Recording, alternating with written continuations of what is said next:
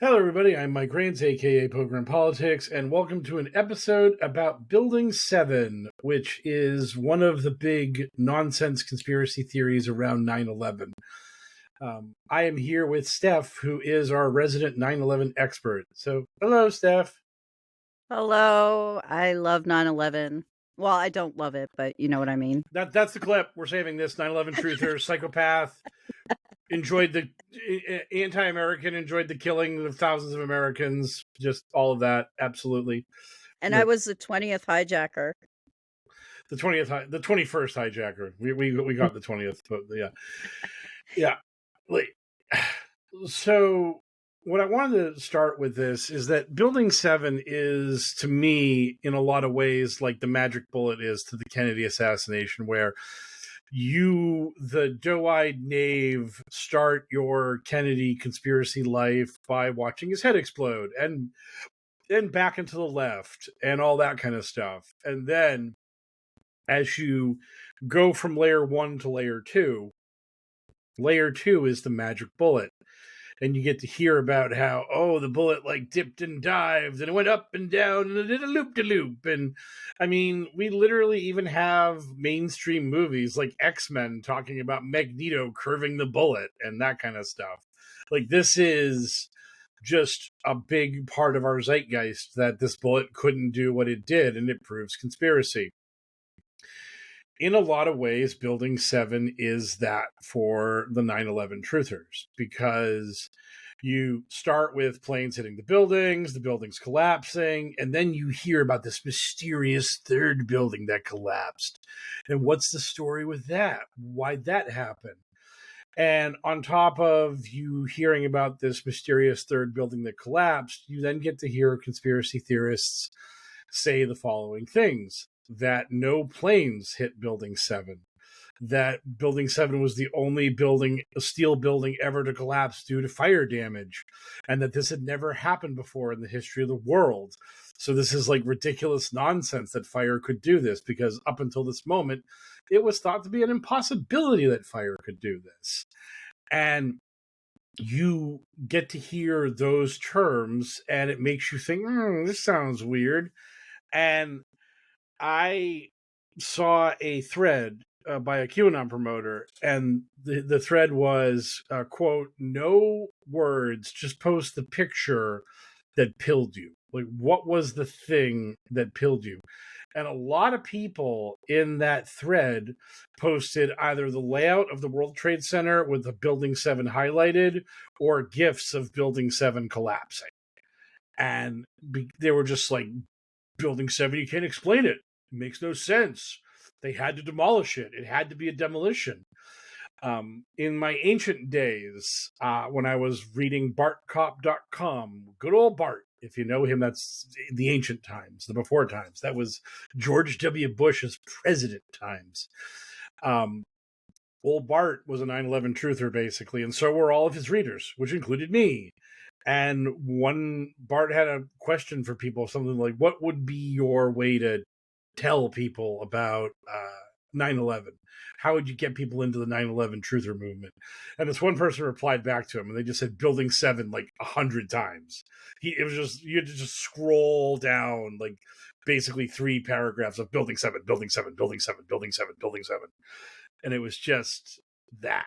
And it's like Building 7 is a self-evident conspiracy theory in the eyes of the conspiracy theorists.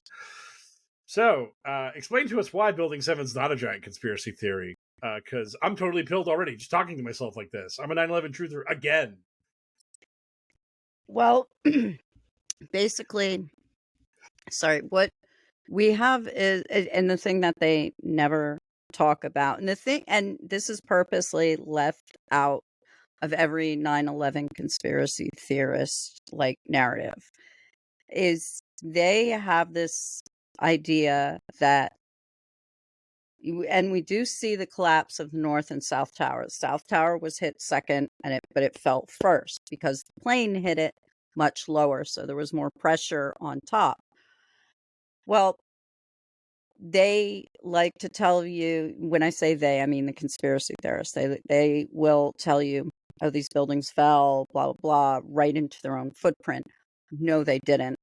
There's a reason it was called the pile. Before it was, the ground zero was the general area of the disaster aftermath. And they called it the pile. And all of this debris, contrary to what Dr. Judy Wood says, it didn't just dustify.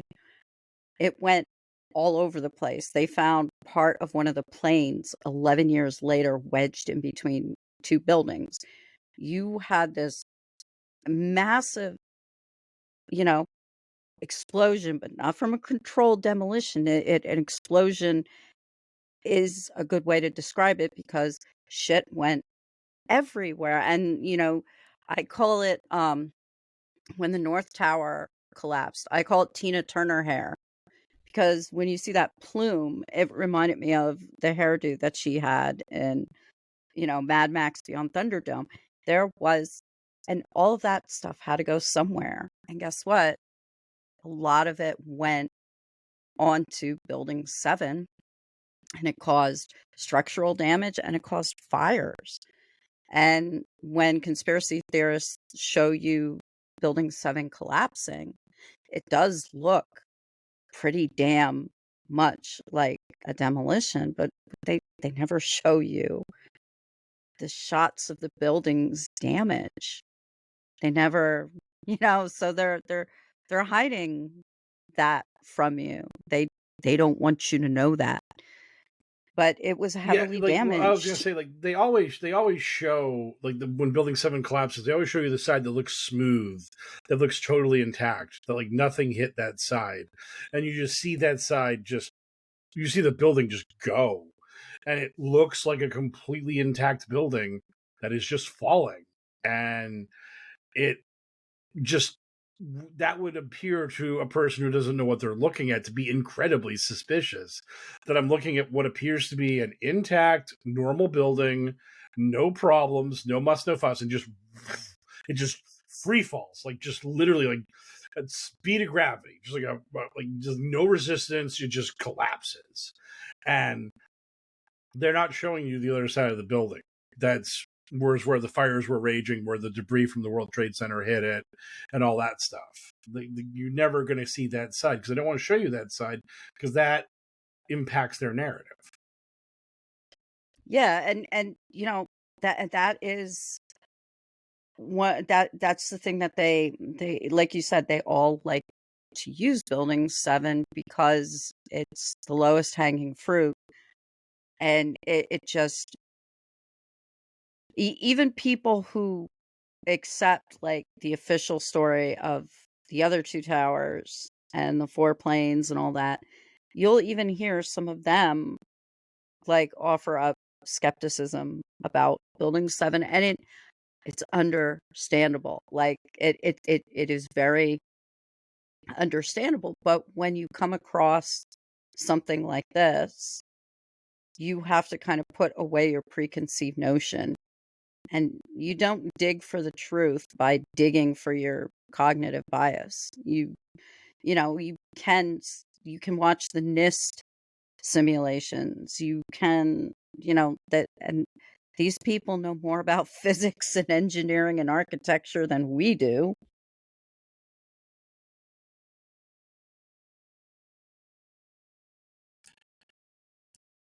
But now, one of the other big things about this is that they talk about the fact that Building 7 was, quote unquote, the first building ever to collapse due to fire, a steel building collapsed due to fire. And they say this just to make it sound suspicious. They make it sound like, oh my God, this is so devious that this is what happened. They don't report to you that the building was on fire for hours and that the New York Fire Department did not attempt to fight the fire because they had already lost so many firemen in Buildings 1 and Buildings 2 that there was such a fear of trying to go into Building 7 and fighting the fires in there that there'd be more death, that there'd be more damage done to the firemen, that they were just like, you know what? like we've had our fill of death for this day, that we do not need to put ourselves through more a bigger fight for what is property, because the building has been evacuated at this point. There are no people inside building 7. There's no lives to be saved, so they are they're just calling it. They're just saying, we're just going to back away and we're not going to deal with this. And then on top of that, another thing that happened was due to the damage from due to the attack on the first 2 World Trade Centers, the sprinkler system that was in the World Trade Center had been damaged. So the sprinklers that were supposed to be going off inside Building 7 to fight the fires were not functional. They were not working. So these fires were burning unchecked by anything, because there were no firefighters fighting them, and there was no internal fire safety mechanisms fighting these fires. These fires were just rampant and not in any way being hindered. Yeah, and one way to kind of like people do have a hard time understanding that, but we have the phone calls from Christine Oleander, who was the manager of Windows on the World, the restaurant at the top of the North Tower. They were telling her, within minutes, actually within seconds of the impact in the North Tower, she had called down to like one of the safety hotlines within the building, asking for instructions. She said, "We're trapped." And she said, "What can we do?" They said, "Don't break a window." And well, they did eventually do that. And they said about wetting cloth and putting it over their mouths. And she reported to them, "We can't get any water. There's no water from the faucets. There's no water from the sprinklers." They were in the Windows in the World. They were going around like dumping vases, like the little fancy vases on the tables for, with the flowers in them and stuff. They were using that. There was no water. The water mains had gotten busted, and when the guys broke through the one elevator in the North Tower, they came out the other side in the bathroom, and the whole bathroom was destroyed. They all of the, and that's another thing that they never think about. They think that none of the security systems failed. They think that none of the electricity failed. They think that everything was still operational. And it wasn't. And all those buildings, they were all connected with like the same water mains. So that in itself, the sprinklers not being there. And also, if you want to understand, and they wouldn't know this for a few weeks, the exact number, 343 firefighters. That's the exact number that died that day. And when you watch the videos of the aftermath and you see, the shell-shocked, dust-covered firefighters walking around, and you hear that chirping sound, that's 343 dead firefighters. Each one of those chirping sounds, it's called the pass system, and it detects like if that firefighter is not moving, if that system is not detecting a heartbeat. That's what that chirping sound was. Those weren't car alarms. That was the sound of 343 dead firefighters. And guess what? No more needed to die that day. And I'd also like to add that 343 died that day. More have died since then from exposure to the dust. Oh yeah, that's John Stewart's big battle is first responder 9/11 first responder treatment. That these people, like, they suffered a lot going to the scenes, of rushing through the clouds, breathing all that shit into their bodies. It like did a number on like so many people. And this is basically what these, again, this is what these people ignore. They hand wave it away because they don't want to talk about the fact that all these innocent people were in this unbelievable, unwinnable situation, and they had to and then make a choice, and that choice was either to save some property or to mitigate all the death and carnage that was happening. And they said, you know what, we're gonna cut our losses here. Over, as Stephanie just said, over 300 dead firefighters. I mean, this is just an unbelievable amount of tragedy. And so the other thing that conspiracy theorists will not talk to you about when it comes to this is that Building 7, they knew this building was likely to fall. The firefighters, first responders, they saw that the building was buckling and that this was dangerous because the building was likely to give. And as a result of the fact that they knew this was a possible thing that was going to happen, they backed everyone away. They cleared the area. They said, "Get away from this building because it probably is going to fall." And why would the Illuminati or the Trilateral Commission or whoever do this kind of like?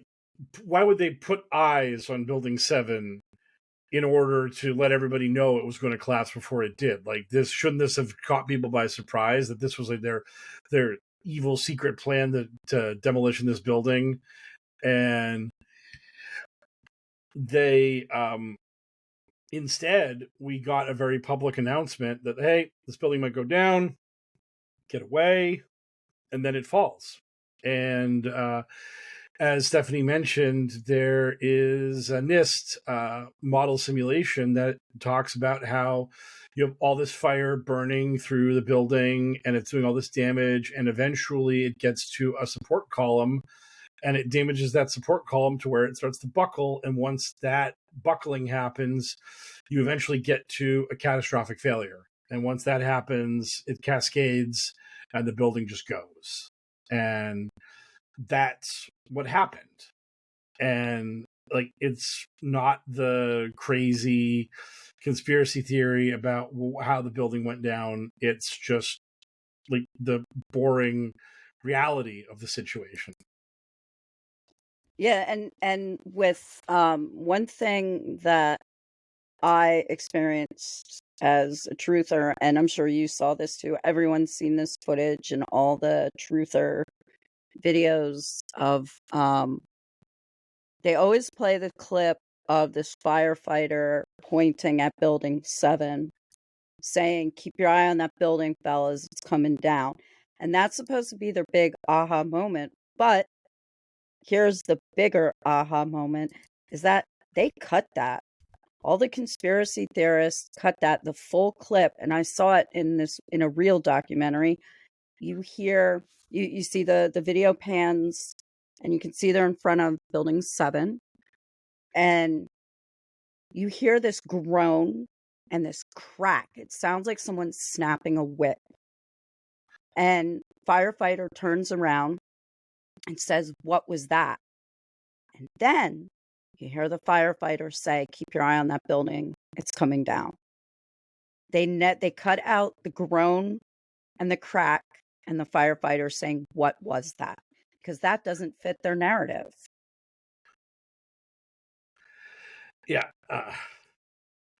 Yeah, they don't want anything that indicates people are reacting to it. And we're at the 20-minute mark here, so we're going to do a quick little ad read or ad break, get some delicious Swedish kronars, and be right back with the dumber conspiracy theories around this. And also we're going to talk about the interview where the owner of the World Trade Center talks about, quote unquote, pulling the building.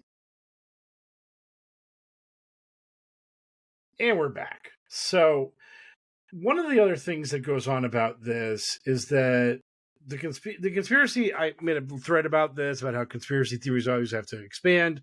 They have to get bigger. It's a fish story. The fish always has to be more crafty and large, and you have to be the brave fisherman that fought the fish as best you could before losing.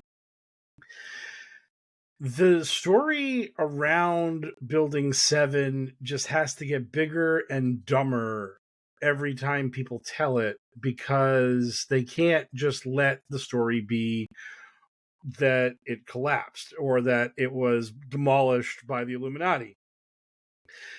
Building 7 becomes one of the focal points of Jasira Nisira, that it was where all the money was being stored, that Building 7 was where the CIA had all their evil evidence of all their crimes in it, and that they blew up Building 7 to hide all of their all the proof that the moon landing was faked and who really killed Kennedy and all that kind of stuff. And the further you go down this rabbit hole, the more it becomes about how Building 7 was more important than Buildings 1 and 2. How the deep state knocked down the World Trade Center towers, threw planes into them or didn't throw planes into them, set off bombs inside them or mini nukes or whatever the fuck it was they did in there. And they did all of that as a cunning misdirection so you wouldn't notice that they blew up Building 7. And it's just like, you could have just destroyed the evidence inside Building 7. You didn't have to kill thousands of people and demolish 2 giant skyscrapers and then knock down Building 7 while you were at it in order to hide the evidence. Evidence does not require building demolition. You can do that without such Herculean efforts.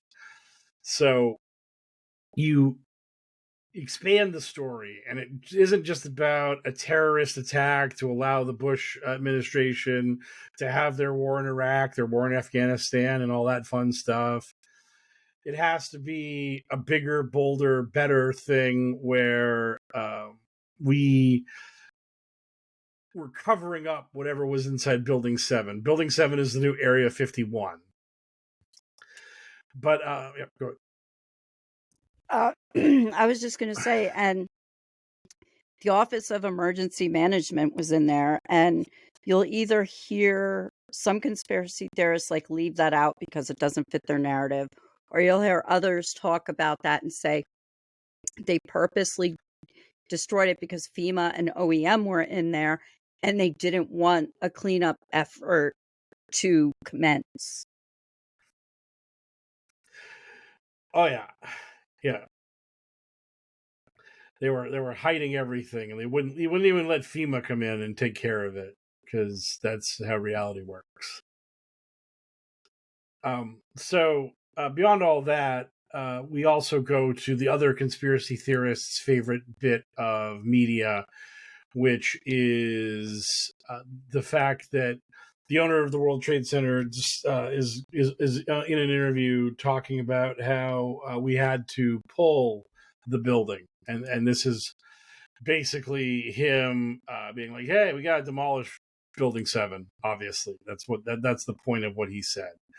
So, did he actually say that? Was he telling them to blow up Building 7? Well, his exact words, I'm trying to remember because I've heard this clip so many times. I said to them, there's been such a loss of life, so what we need to do is just pull it. And that's what we did. We pulled it.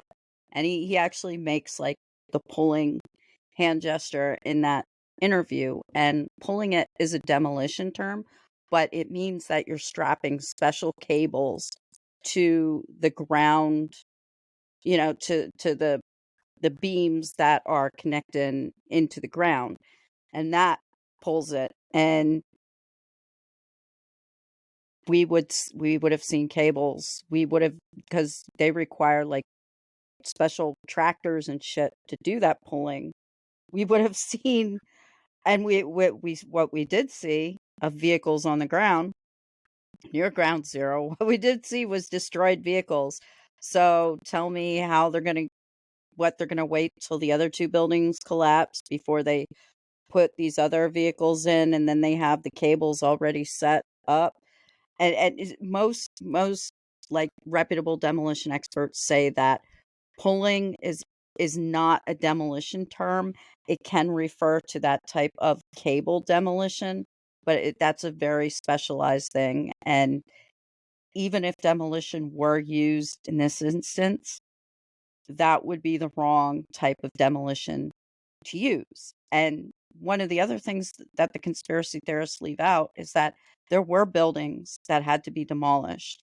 The Verizon building, the Deutsche Bank, those were nearby and they were damaged, but they get left out of the conspiracy theories a lot of times when it comes to demolition because it doesn't fit their narrative. I don't know how those buildings were demolished, if it was controlled demolition or if it was takedown, but there were other buildings in the area that did have to be demolished, and I never hear them talk about that.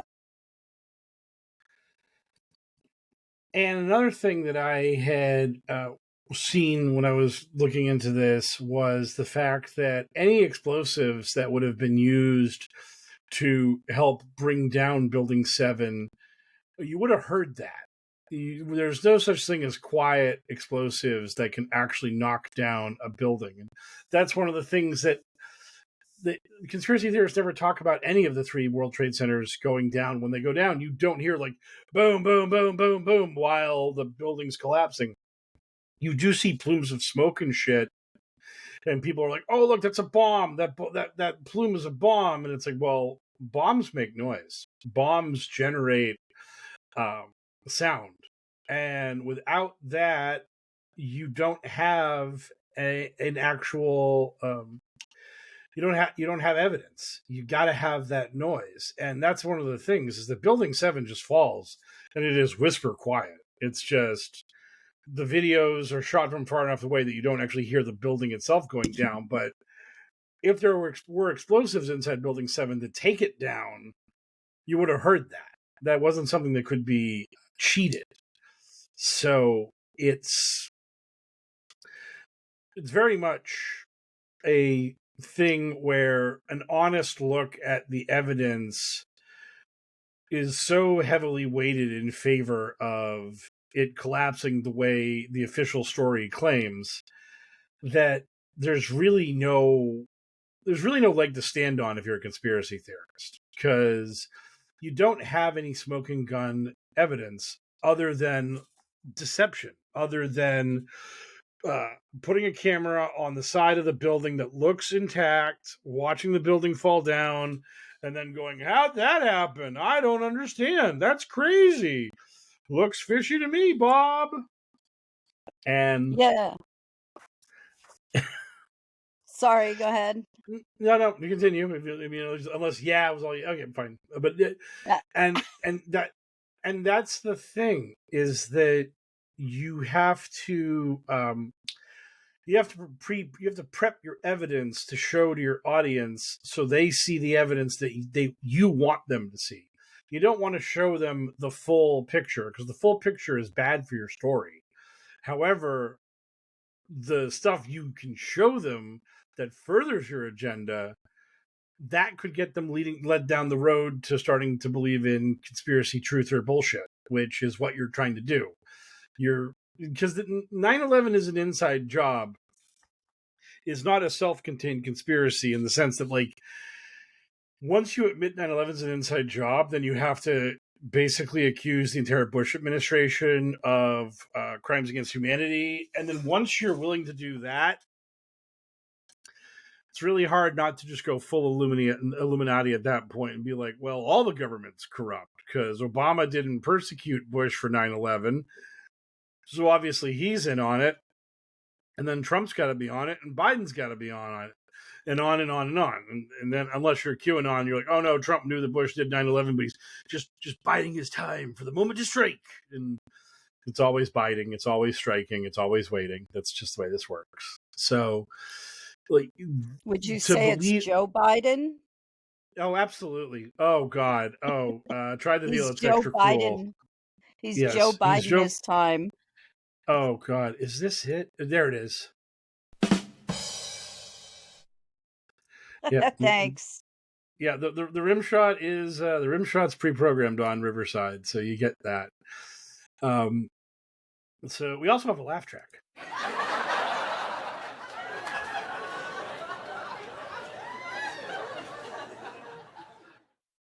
The laugh track is a terrifying 8 seconds. That's 5 seconds too long. You only need 3 seconds of laughter. Dial it back, Riverside. Yeah. Dial it back. Yeah, we don't But need Big Bang laughter. I prefer the taxi canned laughter to the Big Bang canned laughter. oh god, oh man, laugh tracks, the absolute worst.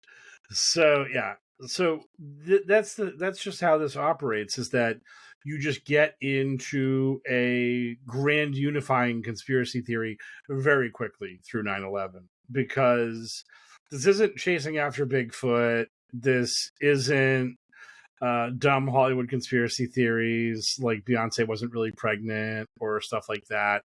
This isn't small ball, like little stuff. This is big stuff. This is the government of America carried out a plan to murder thousands of Americans so that then they could pass the Patriot Act and then wage wars of conquest in the Middle East.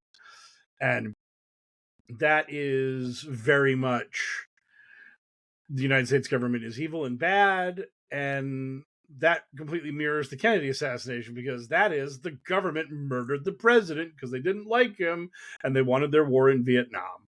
And so it's just like these two events and the conspiracy theories around them, it's very much designed to make you hate the American government, which is not great because then you start becoming really nihilistic. And the BBC was in on it too because they reported they like had an image in the background of Building 7 still standing, and they reported that it had fallen, and conspiracy theorists look towards that because in conspiracy land, nobody ever makes a mistake except when they do like that. So it so they reported the building had fallen and it was still standing. Do you know how many buildings were in that plaza? Like, do you know? And the only two that were recognizable were buildings 1 and 2 because they were tall as hell. So, I mean, duh. Oh yeah, yeah. I mean, that's just how it works. I mean, that's just you can never make a mistake. If you make a mistake, you're actually telling the truth on accident, and that is how the conspiracy theory gives away the game, or abides by intergalactic contract law. If we're listening to Alex Jones, so yeah, maybe we'll do more episodes about it, Buildings 1 and 2, because this was supposed to be the Loose Change series, but Loose Change sucks. That's what I learned. That's what I learned by watching it. It's really disjointed and doesn't get into the meat of the program until like an hour in, and it's just God. So yeah. So maybe we'll do some more 9/11 stuff down the line. Maybe we won't. So thanks everybody for listening. Thanks Stephanie for being here. Thank you. Have a great day. Have a great day, everyone. Good speed, Patriots.